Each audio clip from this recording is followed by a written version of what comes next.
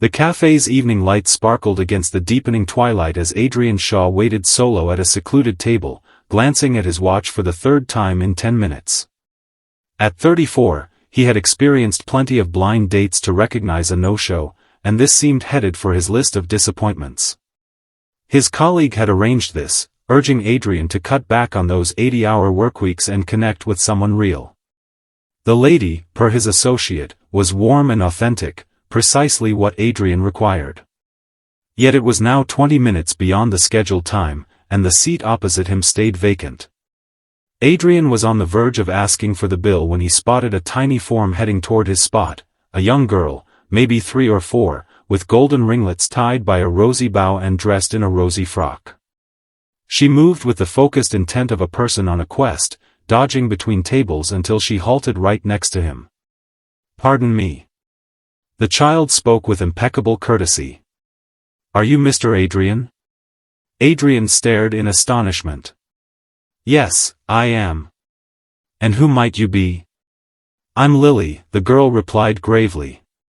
"My mom asked me to inform you she's apologetic for being delayed. She's finding a spot for the car and will arrive shortly. She instructed me to say she's truly very sorry and hopes you haven't departed." Adrian's irritation faded at once, swapped by delight and intrigue. "Your mom dispatched you inside by yourself to locate me?" Lily bobbed her head. "She displayed your photo on her device. So I'd recognize your appearance. She mentioned you'd be near the window with the flame, and there you are." She appeared rather pleased with her sleuthing skills. "Well, you've discovered me," Adrian said grinning. "Care to take a seat as we await your mom?" Lily clambered onto the chair facing him with effort, and Adrian held back from assisting, feeling she preferred independence. Once positioned, she clasped her hands on the surface and gazed at him with earnest eyes. "Mom tells me not to speak with unknowns," Lily stated, "but she said you're not unknown. You're her acquaintance."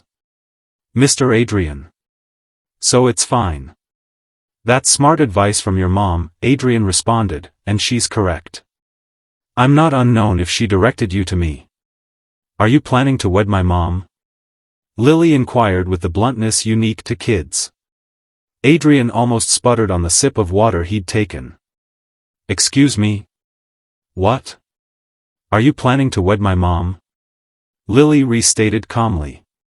"Because Mrs. Henderson from next door mentioned Mom should get a spouse, and Mom said she's attempting, but it's tough with a young child since some guys dislike children." "Do you enjoy children?" Adrian was rescued from replying by the entrance of a lady who hurried to their area, a bit winded and obviously embarrassed. She was attractive, likely in her late 20s, sharing the same golden locks as her child and wearing a look of sheer dismay. "Lily, I asked you to stay near the entrance, not to seek him out alone." The lady faced Adrian, her face reddened. "I'm terribly sorry. I'm Isabel. This is my daughter Lily, who evidently ignores directions. I told her to remain while I searched for you, but she's quite self-reliant. I informed him you regretted the tardiness." "Yes, you did, dear, and that was quite useful, but you still shouldn't have approached by yourself." Isabel regarded Adrian with remorseful gaze. "I'm so sorry. The parking was chaotic, and then I struggled with the meter, and by the time I entered, Lily had already managed it herself." "No problem," Adrian stated, and he truly felt that way. Lily was extremely courteous. She conveyed your note flawlessly. "Please, have a seat." Isabel took her place, positioning Lily next to her instead of opposite Adrian. "I ought to have mentioned I have a child when we planned to meet, that was unfair of me. I get it fully if you wish to go." "Why would I wish to go?" Adrian questioned. "Because most guys do once they learn about Lily," Isabel said softly. "I've come to disclose it immediately now. But your associate was so eager about arranging us, and I just desired one night where I wasn't evaluated for being a lone parent before anyone knew me." Adrian glanced at Lily, who observed the discussion curiously, then at Isabel, who seemed prepared for dismissal. He pondered how Lily had maneuvered through a eatery packed with unfamiliar faces to reach him, how she'd been respectful and assured. How Isabel had nurtured a kid capable of that. "I believe anyone who criticizes you for motherhood is a fool overlooking something extraordinary," Adrian remarked. "Lily is obviously wonderful, and that mirrors you." Isabel's eyes brimmed with emotion. "That's the kindest words anyone's offered me in ages." They requested their meal, and what might have been uncomfortable turned delightful.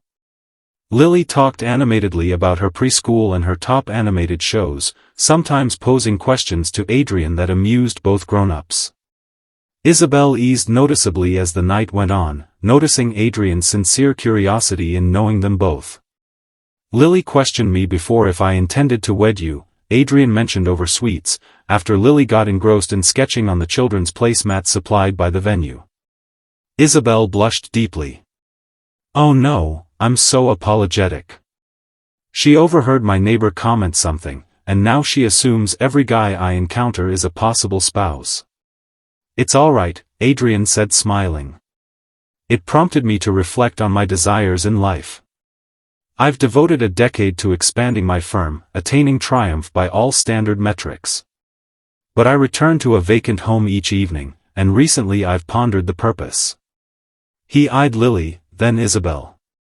"Observing you both this evening, your interactions, it recalled that life's finest elements aren't objects at all.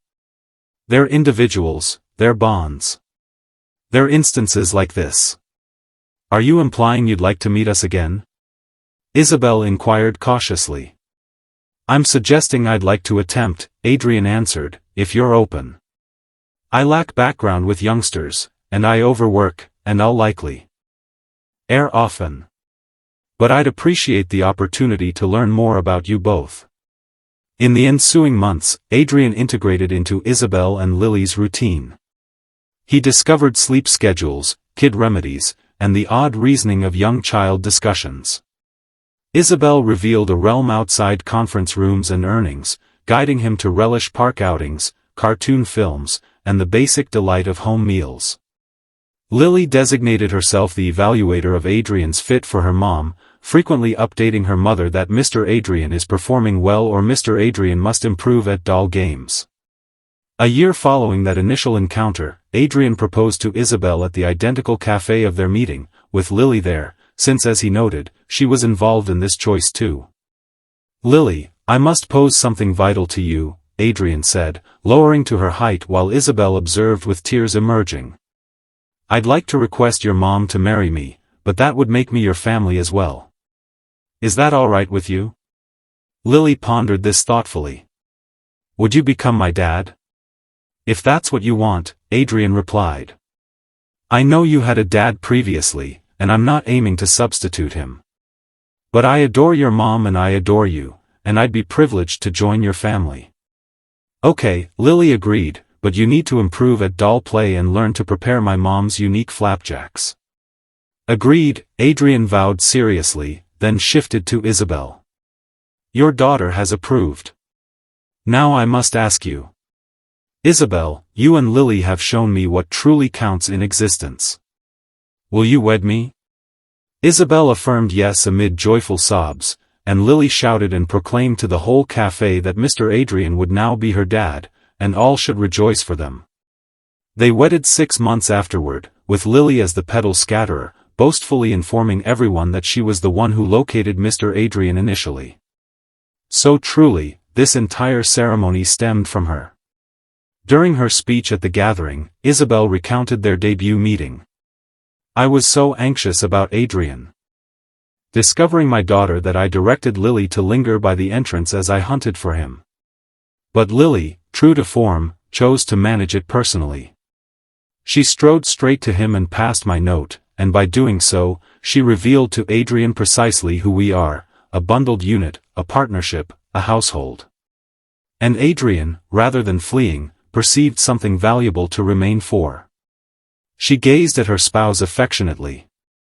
"Thank you for viewing that Lily wasn't an obstacle but a treasure. Thank you for cherishing us both, and thank you for being the type of guy who understood that life's greatest joys arrive in surprising forms."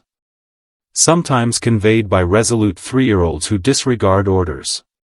Sometimes the individuals who transform our lives present themselves in the least anticipated manners, via the expressions of kids who haven't mastered concealing what's essential.